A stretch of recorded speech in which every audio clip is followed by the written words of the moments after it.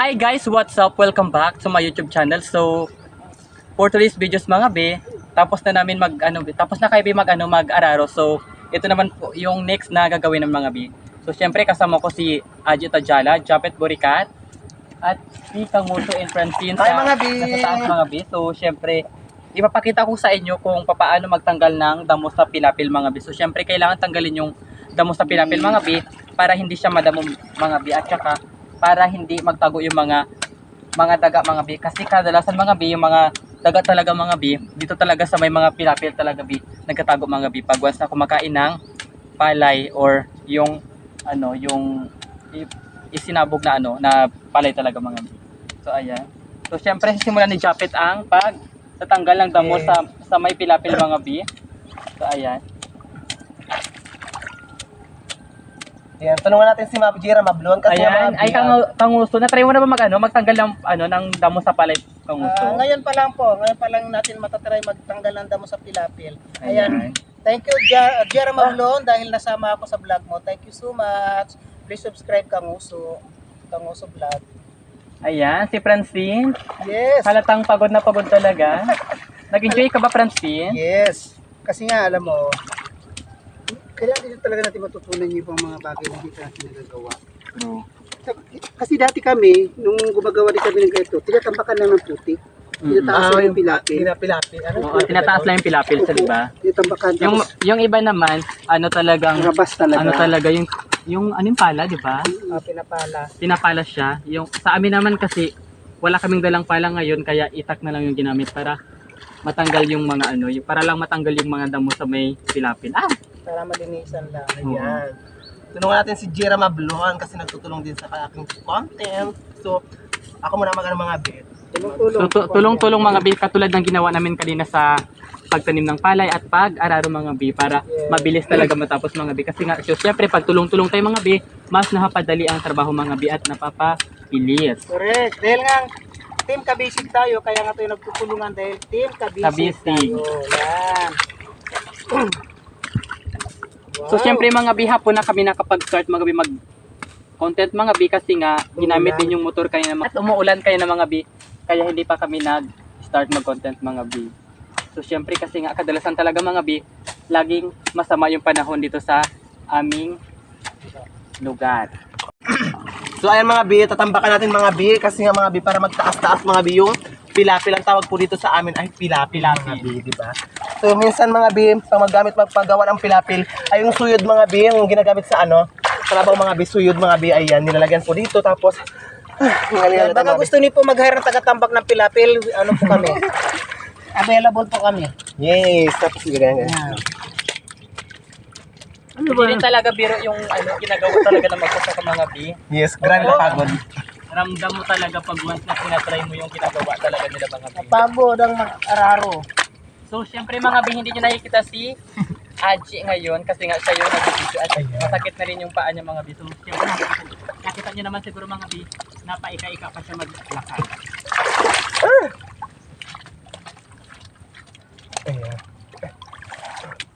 Ayan. Yan siya. Pag tumigas yan siya, mataas na yung pilapil. Wala. Para maabot na yung tubig na siya. Para maglabas yung tubig sa kabila. True. Kaya nataasan nila yung pilapil. Ano ba yung pilar? Pilapil. Tambak para sa Japet Boricat. Pinangarap ko rin maging magsasaka. Ako? Nangarap ko? Dati nagtutulong ako kila tatay yung yung hindi pa talaga ako lantad So na ayan, si bakla. Kanguso na naman. Ito try talaga ni Kanguso. Ngayon nahiyan ako. So ayan Kanguso, huwag mong ngusuan ha.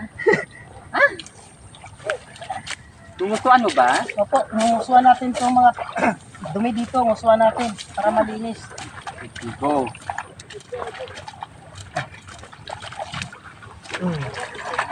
Ayan, ganyan.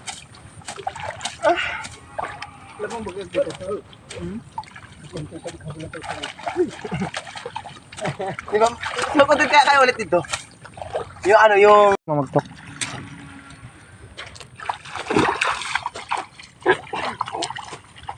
So ayan mga bi, hanggang ngayon po mga bi, naglalagay pa rin po tayo sa pilapil ng lupa. Ayan, di ba? So para magtaas ang pilapil. Ayan, sobrang putik ko na mga bes. So, maliligo lang tayo mamaya.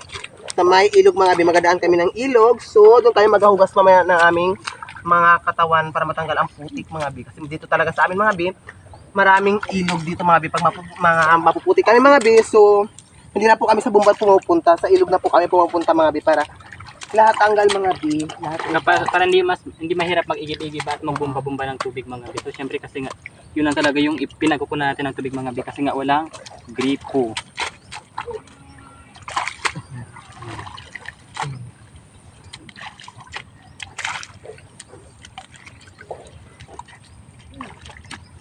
Dito tayo mabili, gagayto rin, di ba?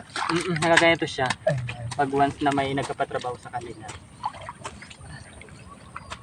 So ngayon ramdam ko na kung gaano kahirap yung ginagawa nila mga bi, ginagawa ng mga magulang ko para lang mapakain kami at mabigyan kami ng magandang buhay at mapakain ng 3 beses sa isang araw mga bi. Mahirap yun talaga pag once na andito ka sa basakan mga bi, hindi talaga biro yung sakripisyo at syaga mga bi para lang roon ng pera mga bi. Ayan. Ayan mga bi, puro na mga bi, yung itak mga bi. Hindi na makasalab mga bi yung itak mga kanguso. Mga bin ko na lang kaya to. So ayan ka. Please mga banda dito mga bi, grabe pa ka. Meron na, di ba? Mumusuan mo na ba? Susuan ko na lang. Ayan. Ha? Ay, Sige. ayan po, virgin kami, bawal. Magkano? Okay, dito. Pwede na yan. Okay na yan. Wala yan. So ayan nga mga bi, yung may-ari ng basakan mga bi, sumisig ang mga bi na gusto niya papatapusin talaga ng mga bi. So sabi namin mga bi na swelduhan niya kayo mga bi para may pang merienda kayo mamayang hapon mga bi. So syempre, para hindi kayo masyadong mapagod mga bi. Masakulugan ka.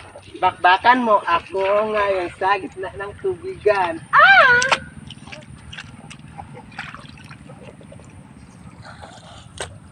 Ano sabihin ba? Ayun bi, alam mo naman ako bi, masipag talaga ako bi. Kahit na anong trabaho papasukin ko, tatrabahuhin ko para magkaroon ng income mga bi. Sobrang hinihingal ako mga bi. Ayan mga gabi grabe nakapagod mga bi. So ayan mga bi, grabe po dito kalapad mga bi. So hindi pa po kami nakatapos ng isang pilapil mga bi. Ay puro na rin po yung itak natin. So wala po tayong dalang hasaan mga bi. Ayan di ba? So hiniram lang po namin to. Nakaka-enjoy din talaga tambak-tambak na Ganito pala kapagod magbasakan. Yes. Diba? First time ko din talaga. First time ko din, kahit na medyo bundok-bundok na rin kami, talagang hindi rin talaga ako nagtatrabaho nakaraan sa mga basak-basakan. Yes, yung try lang natin. Basakan kaming maliit pero hindi talaga ako nagbabasakan. Tatay ko lang. Akin din. Ayan. Sa amin kasi mula bata kami, nakaranas din ako magapas mga bi. Ayan di ba? Pero kaya niyan, natutulungan marunong ako kay ako tatay. Sa gapas naman, marunong-runong din ako konti. Basakan lang, di ko talaga ka Yung mga ganito lang talaga hindi ko kaya, dahil. Hindi natin carry di ba? Oo.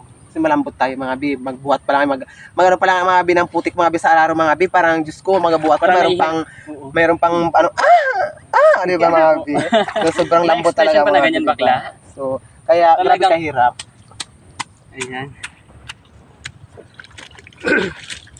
Kasi mahirap talaga mga bi maghanap ng content, di ba mga bi? So, kung more on mukbang ka mga bi, nakakaumay din mga bi mga supporters natin, dapat talaga ilagaw natin sila sa probinsya natin, yung mga ating mga supporters mga bi, sa nagmamahal sa atin, gusto rin nila syempre malagaw sila sa mga iba-ibang mga lugar. I-tour natin sila sa bayan ng Brooksville, sa iba-ibang lugar sa Brooksville, di ba? At para makita rin nila, di ba? Opo, at saka iba-ibang content yung ginagawa natin para hindi sila maumay sa Yes. panonood nila. Minsan mukbang, kung may makita ka dyan, mag-vlog ka ng parang mga sabasakan, kung saan man, o magpuluko ka, magsusok ka. Yun ang mga best, syempre. Para maturo mo yung mga Yes, yung siyempre para mga supporta natin. yes, yung mga supporters kasi natin, yung iba hindi nila alam kung ano ba ito, kung buluko ba ito or whatever, kung ano. So, kaya ngayon ipapakita natin sa mga masusugid nating supporters kung anong ginagawa ba natin dito sa ating probinsya. Opo, diba? so ayan kaya nga mga idol, mga palablab, mga B. Kaya namin sinubukan mag-araro kanina kasi gusto lang namin nila Japit Burikat, nila Jira Mablon, nila Jut Tajala, masubukan kung gaano kahirap ang mag-araro. So yan, nasubukan talaga namin mga idol, hindi talaga kami marunong mag-araro, sobrang hirap. Di ba? Sobrang hirap. So saludo tayo doon sa lahat ng mga magsasaka, sa mga magulang natin, mga kapatid na marunong magsaka ng mga palayan. Saludo kami sa inyo, mga kapatid, mga brother. Salud. Yan. So, ayan, medyo hapon na rin mga B. Kaya kailangan na talaga natin magpaalam mga B at kami ay mag-i-edit at mag-upload pa kami ng content namin. So, sa lahat ng mga sumusuporta sa akin, sa lahat ng hindi pa subscribe sa Team Kabisig, subscribe na kayo mga B. So, ayan, thank you sa mga kasamahan ko ngayon at sa mga walang sawang pagsuporta sa akin mga B. So, kung bago pa lang kayo sa akin YouTube channel, don't forget to subscribe! Bye. So, ayan mga B, bye-bye! Thank you for watching. Don't forget to like, comment, share, subscribe.